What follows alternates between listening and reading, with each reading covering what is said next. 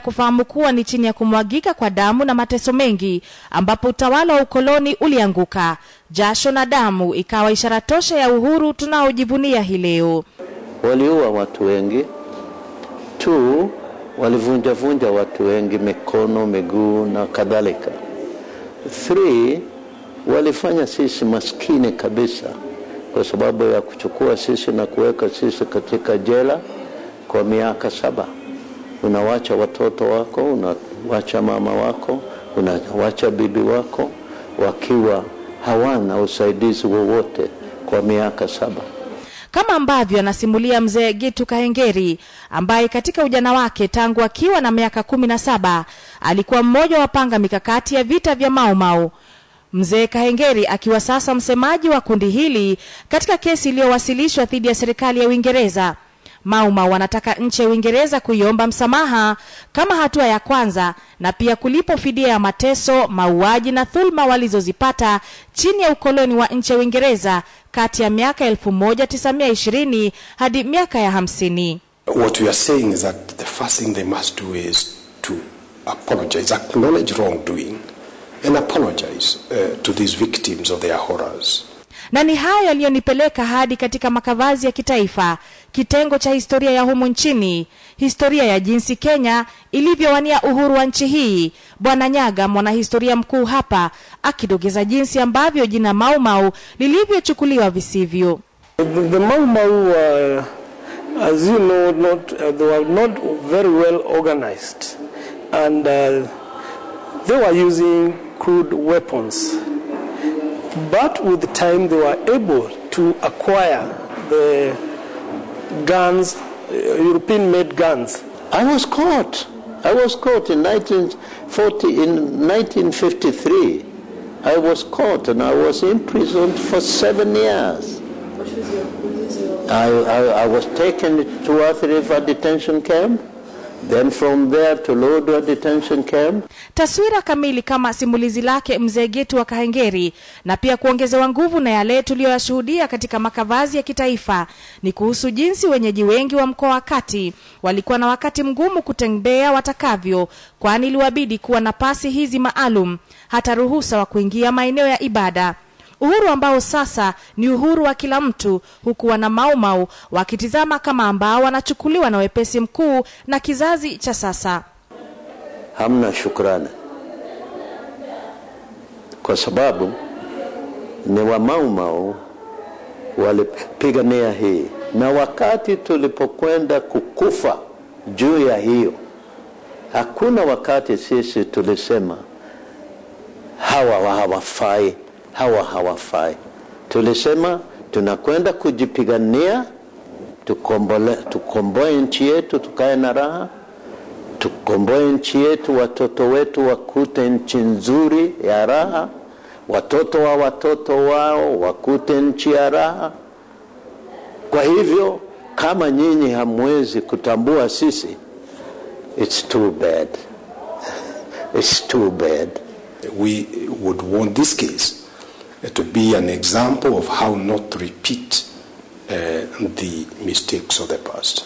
Utawala wakati huo ulikuwa ni hawa mabeberu ambao walikuwa ni magavana katika maeneo tofauti. Walitumia mikakati ya tenga utawale kwa weusi humu nchini, mkakati wa kutia watu uoga ili watu wasalimu amri. Haya yote yakiwa ni baadhi ya mambo ambayo yamesababisha maudhi makuu kwa wana Mau Mau, na sasa wanatafuta ridhaa kwa serikali ya Uingereza. Tulitarajia ya kwamba kichaka kilichoko katika nchi ya Kenya ni kichaka ambacho sisi tulikwenda kufa kwa jasho, machozi na damu. Kwa hivyo ingekuwa ni haki sana kama sisi tungefaidi kwa vichaka katika nchi yetu. Ni hadi mwaka 2003 ambapo Rais Mwai Kibaki alifutilia mbali ilani ya kupigwa marufuku kwa wana Mau Mau kama kundi haramu, na wana Mau Mau wakaweza kujisajili chini ya jina Mau Mau War Veterans Association ili waweze kuwa na ngazi ya kutetea haki zao zilizokiukwa. 7 years I wasted in the prison struggling for independence. Azma ya Mau Mau, Bwana Gitu Kahengeri anadokeza kuwa iliafikiwa kwa damu na machozi, na kwa sasa mzee huyu anawakilisha wengi ambao walichangia uhuru wa nchi hii, na kwamba ifikapo kila mwaka Juni tarehe 1 ni sherehe za Madaraka Day ambazo zinafaa kutizamwa na mtizamo mpya ya kwamba Mau Mau walisababisha mbeberu kukanyagwa. Naam, hapa katika makavazi ya kitaifa ni zana za kivita ambazo ziliweza kutumika na kundi la Mau Mau. Bila shaka ni historia tu kwa kizazi hiki ambacho kinaishi kwa sasa. Lakini kwa baadhi ya wana Mau Mau ambao wamesalia kwa sasa, wanataka wakumbukwe kwa njia kuu ya kuweza kupatia nchi hii uhuru. Angugi, KTN Leo, Nairobi. Na tukiachana na masuala ya Mau Mau, waziri wa usalama wa ndani Kato Ole Metito amesema kwamba wanachama wa kundi la Mombasa Republican Council wanajama ya kutatiza mitihani ya kitaifa ya KCPE na KCSE. Metito ambaye pia alilaani tukio la jana Kilifi ambapo watu 4 akiwemo mlinzi wa waziri wa uvuvi Amason Kingi waliuawa baada ya kushambuliwa na vijana waliokuwa wakiimba kauli mbiu ya MRC. Hata hivyo leo kundi hilo limejitenga na ghasia na mauaji hayo ya Kilifi. Ni matukio yanayotia wasiwasi wa utovu wa usalama pwani mwa nchi hii. Mgombeaji wa urais wa Kenya Martha Karua amelaani mashambulizi ya jana na kuikosoa serikali kwa utepetevu. John Juma kutoka Mombasa na taarifa hiyo. Magenge yanayozua uhalifu pwani yameimarisha ujasiri hivi kwamba yanavamia hata mkutano wa hadhara jua linapowaka na hata kulenga kuua waziri wa serikali kwa panga. Japo waziri aliponea, mlinzi wake aliuawa kabla ya umati kuua vijana 4 waliojihami kwa panga katika genge hilo na wengine wakatoroka. These are people who came with one aim, to kill. Mara zaidi ya moja, maafisa wa polisi wamevamiwa, wakapokonywa bunduki na hata baadhi yao wakauawa na magenge hayo ambayo agalabu huhusishwa na kundi la Mombasa Republican Council MRC. Vipi mtu wa MRC enda akafanya fujo mahala na anakwenda na bango amelishikia kwamba ni MRC? Ni jambo ambalo haliwezekani. Polisi wamekuwa wakitoa hakikisho kuwa watakabili uhalifu au kundi lote linalozua uhalifu pwani, lakini kuchipuka kwa mashambulizi mara kwa mara kunazua hofu na maswali mengi ikiwa kweli vyombo vya usalama, polisi na makachero wakiwemo wamejiandaa kukabili tishio la usalama pwani kabla uchaguzi mkuu ujao. It's too early to link it with any gang crime, but as of now we are taking it as a normal crime.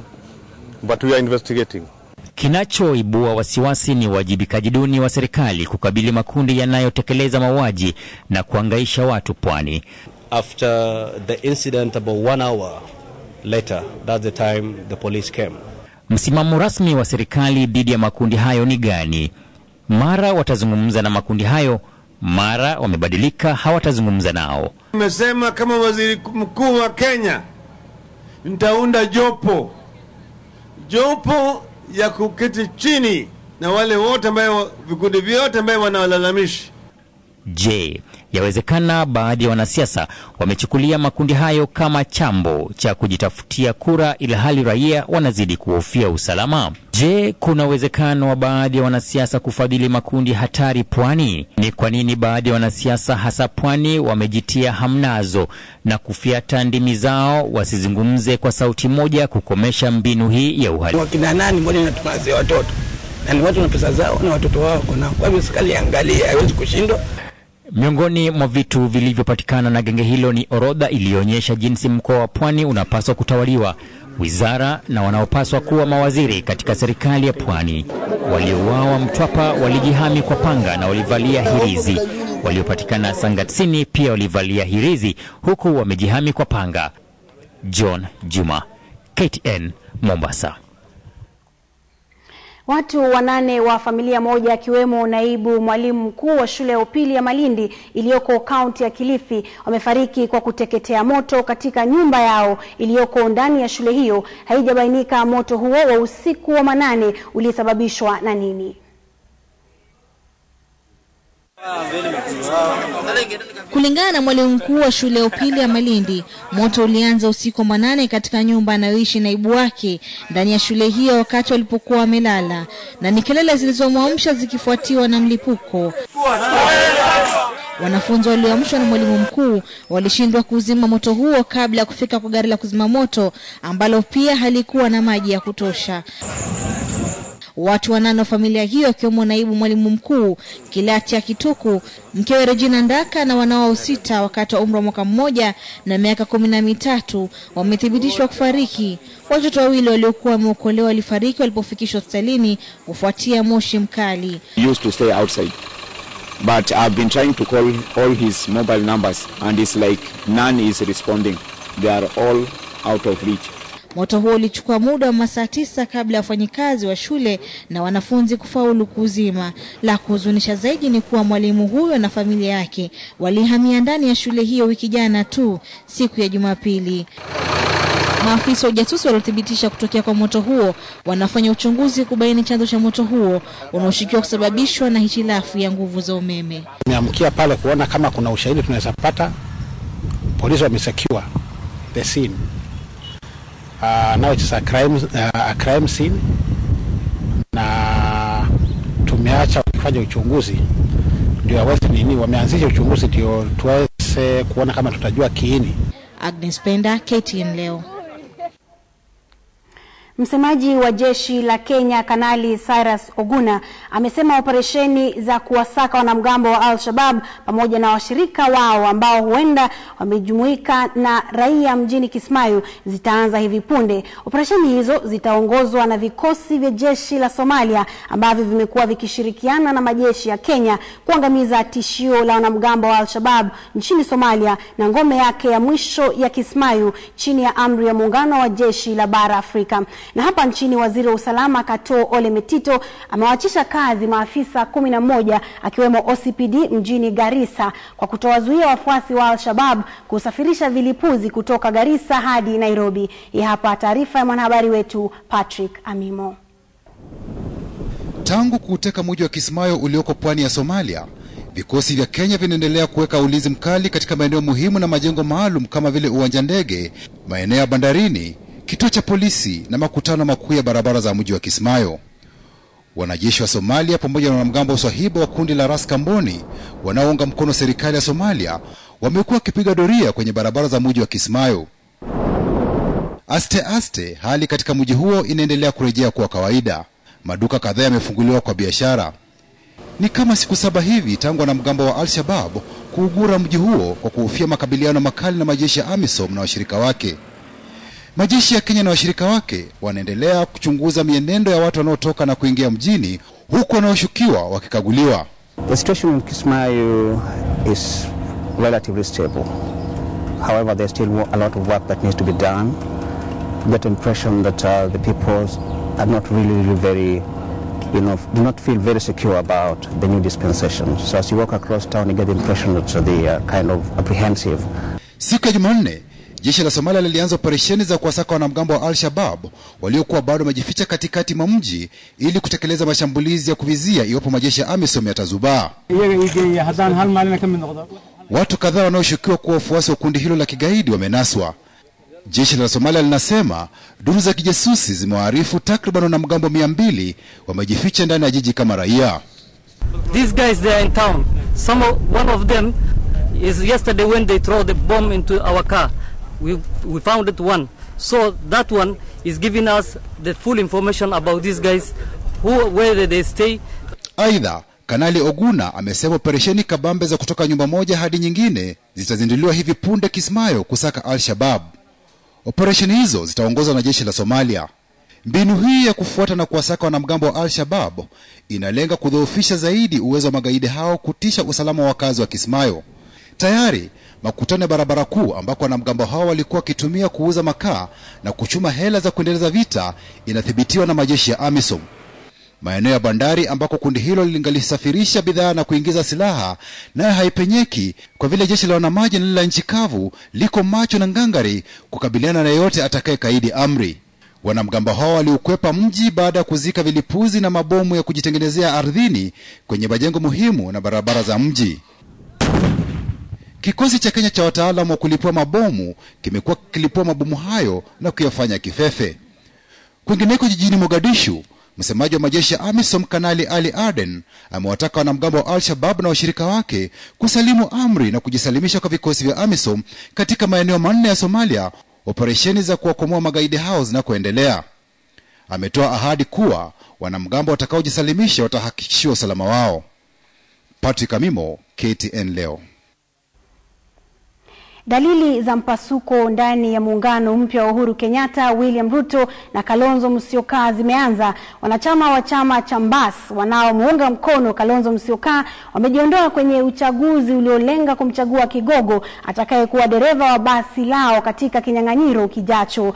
Uhuru Kenyatta naye alionekana kuvutia wanachama wapya pale alipomkaribisha rasmi Rachel Shebesh katika TNA na Lina JB Kilimo. William Ruto alikuwa Taita Taveta ambapo alisema msimamo ni ule ule Kenya. Hivi karibuni wa Kenya watapata muungano utakaotetemesha kona zote za Kenya. Hatukubaliani na hii election ya leo. Kama wanachama hatujui election hii. Ni doa saa chini ya 48 ndani ya muungano mpya wa Kalonzo Musyoka, Uhuru Kenyatta na William Ruto. Mpasuko ndani ya chama cha Mbas kwenye uchaguzi huu kumtafuta dereva, wakaamua ni Uhuru Kenyatta, lakini wanachama wa Wiper wakaamua hawatapunguza vyo vya Mbas ya Kiraitu Murungi. Wanasema uchaguzi wa kumchagua atakayewakilisha chama cha APK ambapo Uhuru Kenyatta aliibuka mshindi ulionekana kuegemea upande mmoja na kulikuwa na udanganyifu wa aina yake. Lakini hapa kupatia mtu mmoja karatasi 5, kupatia mtu karatasi kapige kura, delegate na aspirant na watu wamejitokeza mbalimbali, hii ni favor ya mtu upande mmoja, tumeona wazi na acha tutakubaliana na hiyo. Sisi kama wanachama tumepinga election ya leo. Sisi tunasema APK iko peke yake, hatujapatia mtu yote kama sisi tunavyosema. Na hatutoki kwa chama. Ndio. Ni dalili za mpasuko utasema baada ya maafikiano ya hapo jana ambapo vigogo hao watatu wa kisiasa walikutana na taarifa za ndani zikaarifu kuwa iwapo Uhuru Kenyatta na William Ruto hawatosimama, Kalonzo Musyoka angelikuwa chaguo lao. Na uchaguzi huu wa chama cha Kiraitu Murungi ulikuwa ni ile mbinu yao ya kuleta kura zao pamoja na kumkabidhi mmoja wao, lakini ukageuka na kuwa mwanzo wa dalili za kukwamisha mwendo wa muungano huu mpya. As the party leader for the Mbas party, those who are dreaming of winding up the bus are they dreaming. Uhuru Kenyatta naye akitafuta kura zake. Ni siku ambayo chama chake kimepokea wanasiasa wanawake, mbunge maalum wa chama cha ODM Rachel Shebesh bila kuhofia kupoteza wadhifa wake kama mbunge maalum wa chama cha ODM. I believe in TNA because of Uhuru Kenyatta. Na wale ambao wanajua hiyo, those two words did not come out of my mouth in the last 4 years. I met Uhuru Kenyatta not more than 3-4 weeks ago. 4 weeks ago. Uhuru Kenyatta pia akampokea Lina JB Kilimo kutoka chama cha Kenda, lakini ni wanasiasa ambao wana kibarua kigumu kile cha kuondoa dhana ya kuwa muungano wao sio ule unaolenga kumfungia Raila Odinga nje. Mimi nikiwa viongozi wa Jamhuri ya Kenya, na nimesema wazi ya kwamba mimi nitafanya kazi na viongozi wenzangu, sio kwa jukumu la kupigana na mtu, lakini kwa sababu pendo langu ni taifa letu, tuwe na umoja. William Ruto naye alionekana katika eneo la Taita Taveta, hapa ujumbe ukiwa msimamo wao ni ule ule wa kuwa Kenya itapata muungano utakaotetemesha nchi nzima. Mashindano ya uchaguzi mwaka huu sio dhidi ya mtu fulani, ni dhidi ya njaa na umaskini na kupanua nafasi za kazi ili tuweze kuwa na Kenya ya kujivunia. Purity Mwambia, KTN Leo. Na tukiachana na masuala ya siasa, kundi la Standard Group leo hii lilipata nafasi ya kupanda miti katika bustani ya Press Freedom Park ambayo kwa sasa hivi bado imo chini ya ujenzi. Ni katika hafla hii ambapo mwenyekiti anayeingia Bwana Sam Sholei alisema atajitahidi kuhakikisha shirika la Standard linachukua nafasi yake ya kwanza katika sekta hii ya uandishi wa habari. Ni upanzi wa miti katika bustani ya Press Freedom Park katika afisi za Standard Group kama ishara ya kumbukumbu ya kudumu kwa wanahabari wote kwa jukumu walilonalo la kutetea maslahi ya mwananchi pamoja na maslahi ya umma. Ni bustani ambalo litatumika kama pahala pa mazoezi na kujiliwaza. This park, which has been named the Press Freedom Park, signifies a critical element that will always remind the group of its responsibility in defending press freedom and in serving public interests. Ni katika hafla hiyo pia ambapo mwenyekiti anayeondoka Bwana Paul Meli alipata fursa ya kumridhisha mamlaka Bwana Sam Sholei katika kuendeleza ufanisi wa shirika hili la Standard. Bwana Sholei aliahidi ya kuwa atafanya hima kuhakikisha kuwa kundi la Standard Group limepigania hadhi yake na nafasi yake ya juu katika sekta hii ya wanahabari. The work that Paul has done, we shall build on it. I shall work tirelessly day and night to make sure that we reclaim our space as a leading media group in this country, protecting public and society interest. Daima Standard Group itajikakamua kutimiza majukumu yake bila ya hofu au kupendelea upande wowote. Mala Kivila, KTN Leo. Na kwenye kauli yako hii leo, mtazamaji, hatukuulizi swali ila tunakuomba ututumie mchango wako au maoni yako kuhusiana na uamuzi wa mahakama ya Uingereza kwa ruhusu Mau kuishtaki serikali ya Uingereza. Tuma maoni yako kwenye nambari 8040 na mwishowe nitaweza kusomea baadhi ya maoni ambayo utakuwa umetutumia. Na sasa ni wakati wa kujifunza lugha ya Kiswahili. Tupate kamusi ya leo, na muda usio mrefu tutarejea na habari za biashara na vile vile makala yetu maalum ya Ijumaa Kinyang'anyiro. Katika kamusi leo tunaangazia neno ukoloni. Ukoloni lina maana sawa na ubeberu au tabia kutawala nchi isiyo yako. Mfano katika sentensi: ukoloni wa Waingereza humu nchini ulisababisha maafa na mateso.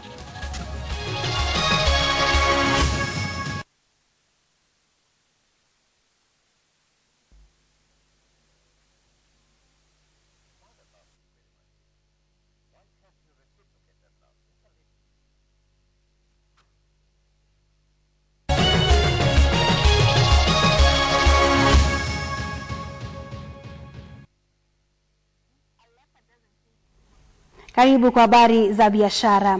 Halmashauri moja ya kutoa mikopo AFC kwa ushirikiano na Benki ya Dunia hii leo imetoa mkopo wa shilingi bilioni 1 kwa mamlaka ya majani chai ya Kenya KTDA. KTDA itatumia fedha hizo kujenga bohari la kuhifadhia majani chai na bidhaa zingine mjini Mombasa chini ya kampuni yake ndogo ya Chai Trading Company.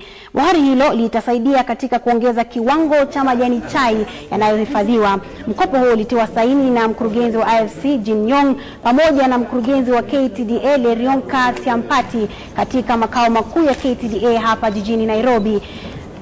Mkuu wa kampuni hiyo amesema hatua hiyo itawaongezea mapato wakulima wa majani chai pamoja na kuboresha viwango vyao vya hali ya maisha. Kwa upande wake Tiampati amesema mabohari ya KTDA mjini Mombasa kwa sasa yanahifadhi kiwango cha chini ya majani chai, hivyo basi mkopo huo ni wa manufaa makubwa kwa shirika hilo. Na mtupate ripoti maalumu kutoka kwenye soko la hisa na ubadilishaji wa sarafu za kigeni.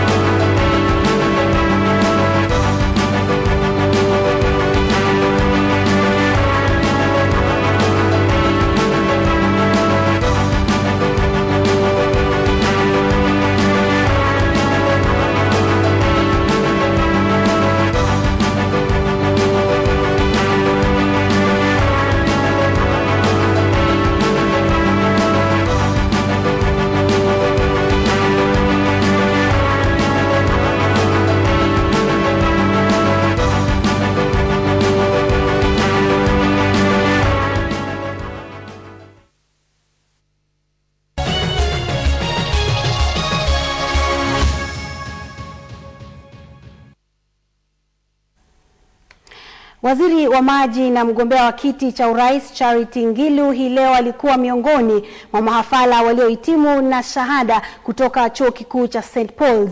Ngilu ambaye amefuzu kwa shahada katika masomo ya biashara na uongozi amesisitiza kuwa azma yake ya kuwania urais ingalipo na hatajiunga na muungano wowote katika kugombea urais.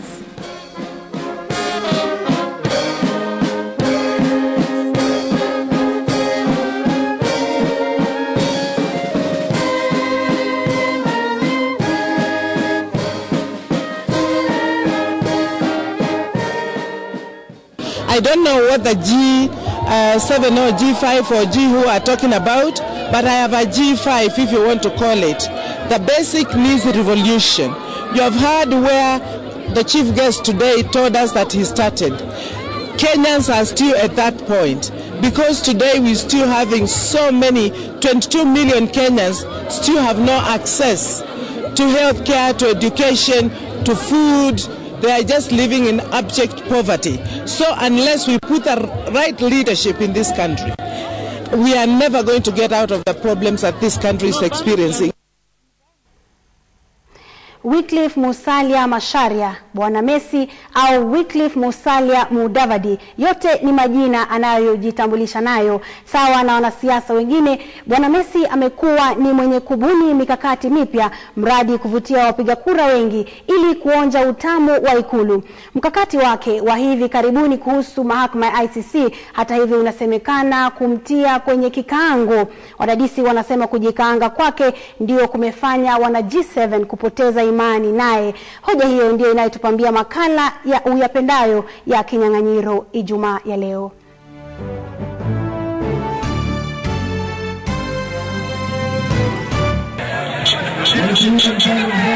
Wycliffe Musalia Mudavadi amejaribu kutumia jino la pembe kuziba pengo. Ndio utafsiri wa wengi kuambatana na msimamo wake kuhusu kesi dhidi ya Uhuru Kenyatta na William Ruto katika mahakama ya ICC. Wadadisi wanasema mwana huyu wa Mlembe alikuwa akijaribu kubuni mkakati mpya wa kutia kwenye kapu lake kura za mkoa wa Kati na bonde la Ufa, jaribio ambalo limesalia kumtumbukia nyongo. It is his strategy that he can show the people of Central Kenya that he's sympathizing with their son. He can show the Kalenjin that he is sympathizing with their son. Musalia Mudavadi anaelewa kwamba ili yeye awe rais ni lazima aungwe mkono na viongozi wengine, kwa sababu hawezi kusimama kama Musalia Mudavadi kibinafsi. Unaona kwamba asilimia yake ni 7% pekee na chama cha UDF kina 4% pekee. Kwa hivyo kuchaguliwa kwake kunategemewa kuungwa mkono na viongozi wengine. Anajitambulisha kama Messi katika mchuano huu wa siasa, lakini machoni pa wadadisi amepigwa chenga na aliyojaribu kuwachenga. Yadaiwa kuwa kitumbua chake kilianza kuingia mchanga pindi alipokihama chama cha ODM, kwani badala ya kudadisi kwa kina dhamira ya viongozi kutoka mkoa wa Kati waliomshinikiza kukihama chama cha ODM, aliambulia kunaswa kwenye mtego wao. Wajuzi wanasema asilolijua Mudavadi ni kwamba waliomshinikiza kutoka ODM na kujiunga na chama cha UDF ambacho mizizi yake imeoteshwa mkoa wa Kati walikuwa tu wakisaka mbinu ya kumpa pigo Raila Odinga, wala si kumjenga kisiasa Musalia Mudavadi. Pele is no longer the best player. He was the best player, but he's no longer the best player kwa sababu Messi ameingia. Yeye uzee Raila should now leave the stage. It was a Pele. Now Messi has come. I don't know whether Messi also plays rugby. If you're talking of the game of football that Musalia Mudavadi talks about, of the game ending in 90 minutes, then the game that will have ended in 90 minutes will be between Raila Odinga and Uhuru Kenyatta. And it is those two that will go for the extra time, and which is the runoff. Mbinu hiyo ilipokosa kuzaa matunda, akazama mkoa wa Kati na kuwaendea wenyeji wa mkoa huo yeye binafsi, asijue kuwa alikuwa akiuchokora mzinga. Hakutumia jina Messi. Mimi ndio Musalia Mudavadi alias Macharia. Nia yake ikiwa kuvutia nyoyo zao na kuwafanya kumuona kama mmoja wao. Akafikia upeo wa kuwakumbusha historia akiwa rai kuukuna mgongo wake jinsi alivyomfanyia Uhuru Kenyatta mwaka 2002. Nani alikuwa candidate wa president mwaka huo? Alikuwa nani? Sasa nyinyi hapa ndugu na dada, kwa Kikuyu wanasema shokia guoko. Mkoa wa Kati ni mkoa ambao wengi wanautazama kwa kina kabisa kwamba je, ni mkoa ambao kwa mara ya kwanza utaweza kumpigia mgombezi urais kutoka jamii nyingine, au bado utaendelea kupiga kura kulingana na desturi ambayo imekuwa mwaka 92, 97, 2002 na 2007 kwamba mkoa wa Kati pamoja na maeneo yaliyo karibu hawezi kupigia mgombezi wa urais ambaye anatoka nje ya jamii kama hiyo. Musalia Mudavadi made the mistake of trying to go into Uhuru's backyard directly without going through Uhuru. He should have done what Kibaki did in 2002, whereby he left regional kingpins to deliver regional and ethnic votes to him. The fact that Mudavadi was trying to go to central Kenya directly, act Uhuru into action, and I think you can see the results. Hivi juzi aliporejesha mjadala kuhusu ICC, alitaraji kuwa ungefuta kosa hili, karata iliyoambulia kumpa mijeledi badala ya sifa. Alionekana kusahau matamshi makali aliyompa makamu wa rais Kalonzo Musyoka wakati wa diplomasia kiguna njia. Hizi safari nyingi sijui kama zitakuwa na matokeo ambayo wanatarajia. The voters are very alert. They'll remember that Musalia Mudavadi, when he was in ODM, did condemn Kalonzo Musyoka when he was engaging in the shuttle diplomacy, to an extent that he asked Kalonzo Musyoka to apologize. So people will look at him as shedding crocodile tears simply because he needs that vote. Kwamba wengi walidhani atafaidika iwapo Uhuru Kenyatta na William Ruto watajiondoa kutoka kwenye kinyang'anyiro cha urais sisiri, lakini yaelekea kuwa ni kana kwamba wamemtema. Kwenye mkutano wao wa hivi karibuni walijadili uwezekano wa kumpa bwana Wiper nafasi ya kuwakilisha muungano wao wa siasa katika kinyang'anyiro cha urais iwapo watajiondoa, hali iliyomwacha bwana Messi mashakani. Today we had a meeting with my two brothers here as part of taking this political game to the next level. Mimi sina vita na mtu yeyote au vyama vingine. Niko tayari tufanye kazi pamoja nao. Tunaelewana? Niko tayari kufanya kazi pamoja na hao. Lakini lazima kila mtu kwanza ajenge nyumba yake. If you think you are born to be president and nobody else, basi you have to look for another country. Because lazima sisi tusiwe hakuna haja kusema usipokuwa ni wewe.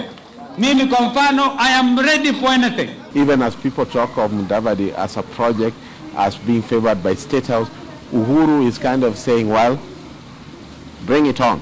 And let's see between UDF and TNA who is going to get the crowd.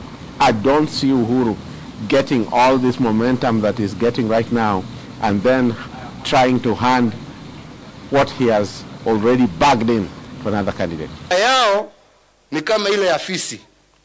Ile fisi ambayo inafuata mtu kwa sababu inaona mkono ukienda namna hii.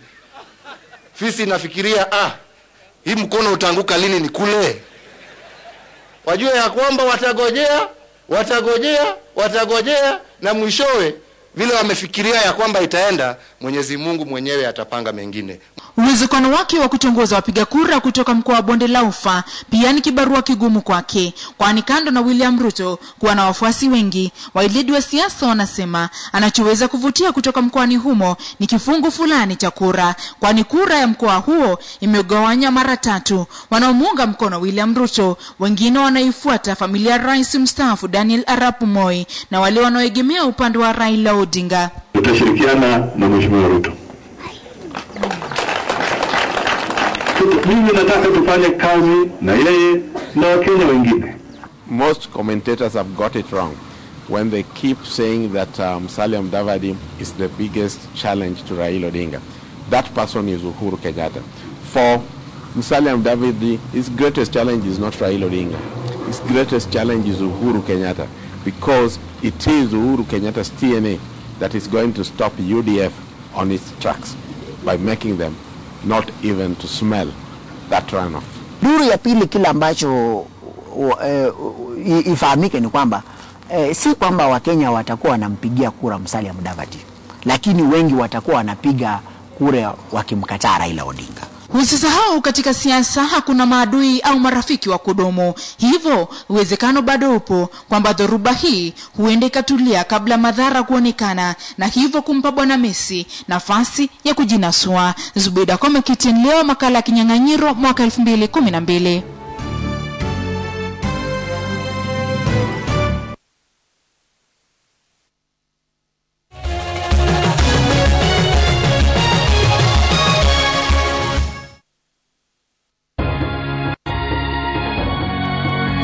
Win a DPL Festive Bread Hamper and 5,000 shillings shopping voucher. All you have to do is go to Facebook, like the DPL Festive Bread page, upload a picture of yourself enjoying festive bread, get your friends to like the picture. The picture with the most likes wins. Winners will be announced daily. Everybody loves bread, but only the very finest bread can love you back. So soft to touch and so tasty.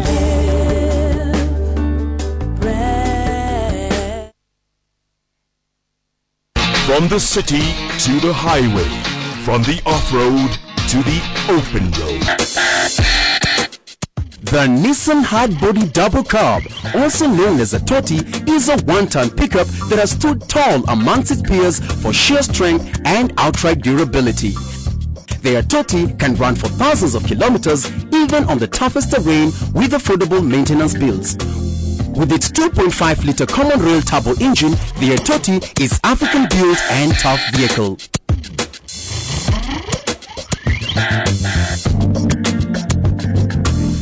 Nani kama Nissan.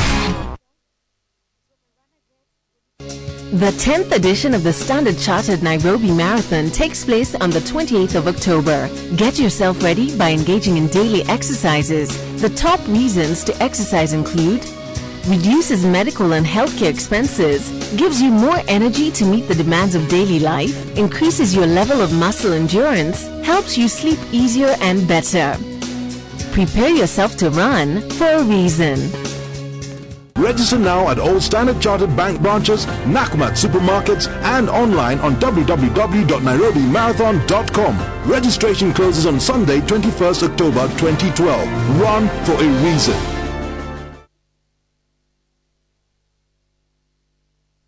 African dishes in association with Golden Fry. Fish fingers.